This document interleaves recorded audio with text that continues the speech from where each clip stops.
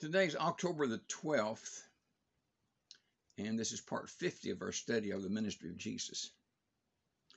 Well, today we find Jesus coming down to Jerusalem for the Feast of Tabernacles. Now remember that the Jewish men were required to come to Jerusalem 3 times a year, one for Passover, for Tabernacles, and Pentecost.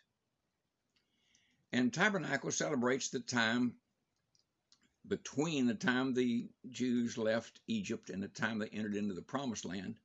They lived in booths or temporary housing. And Jews still today celebrate that. And during Tabernacles, they fix booths, makeshift booths, to commemorate this time. So now he's down in Jerusalem and teaching and making the Pharisees and scribes very upset. So while Jesus is teaching, they send some men down to take Jesus and bring him to them. But they come back empty-handed. And they said, well, why didn't you bring Jesus? And they said, there's never been a man that spoke like this man. So that failed. So that night, Jesus went out into the Mount of Olives and spent the night. And the next morning, he comes back into the temple. Now, he's not in the building temple, but in the temple grounds.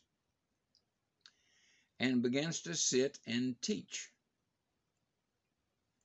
Well, the scribes and Pharisees now have hatched a new plan that is certain to get Jesus this time. They conspired with a man to seduce a woman, a married woman. And so when they were in the very act, they burst into the room and grabbed the woman. Now, I'm sure that they didn't give her time to get her clothes back on. And so I'm sure she just grabbed whatever she could and wrapped around her, maybe a sheet or something. And off they went to Jesus. And put the woman there and said, this woman was taken in the very act of adultery. Now, that woman had a husband.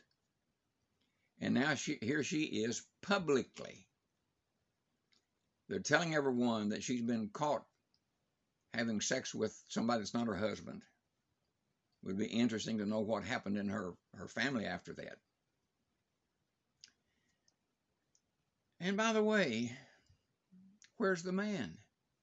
Well, of course, the man's not there because he was part of the conspiracy to trap Jesus. And so they asked Jesus, here's this woman taken in a very act of adultery, no doubt about it. The law of Moses said that she should be stoned. What do you say? Well, that is not exactly what the law of Moses said. It says when the couple are taken in adultery or have committed adultery, then they are both to be killed. It doesn't say stoned, it says killed. So they've added something to it. They've decided how it should be, but only the woman. So they said, well, what do you say? Now they got him trapped. If he says stone her, then he's for putting this poor woman to death, and that will turn people against him. If he says don't stone her, then he'll be breaking the law of Moses, and people will turn against him. So they said, we've got him this time. He can't wiggle out of this one. This is for sure. We're going to get him. So Jesus was there, and he leaned over or squatted there and began to write on the ground with his finger. Now, this was not on necessarily the dirt, but it was on pavement, and the dust and all on the pavement. He was taking and writing on the pavement with his finger. Now the question is, what in the world was he writing? Well, there's speculation only, because the Bible doesn't say what he was writing. Some say he wasn't writing anything, he's just scribbling on the ground. And some say he was writing women's names on the ground for some men to recognize. We don't know what he was writing. But one thing he was doing was trying to stay out of this. Of course, he knew what was coming. So he just kind of ignored them, and so they kept pressing. What are you going to do? Should we stone this woman or not? You got to give us an answer.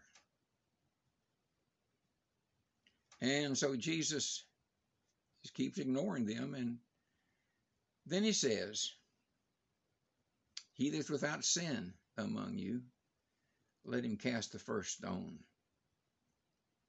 Well, we're going to have to stop there for today because the time has run out again.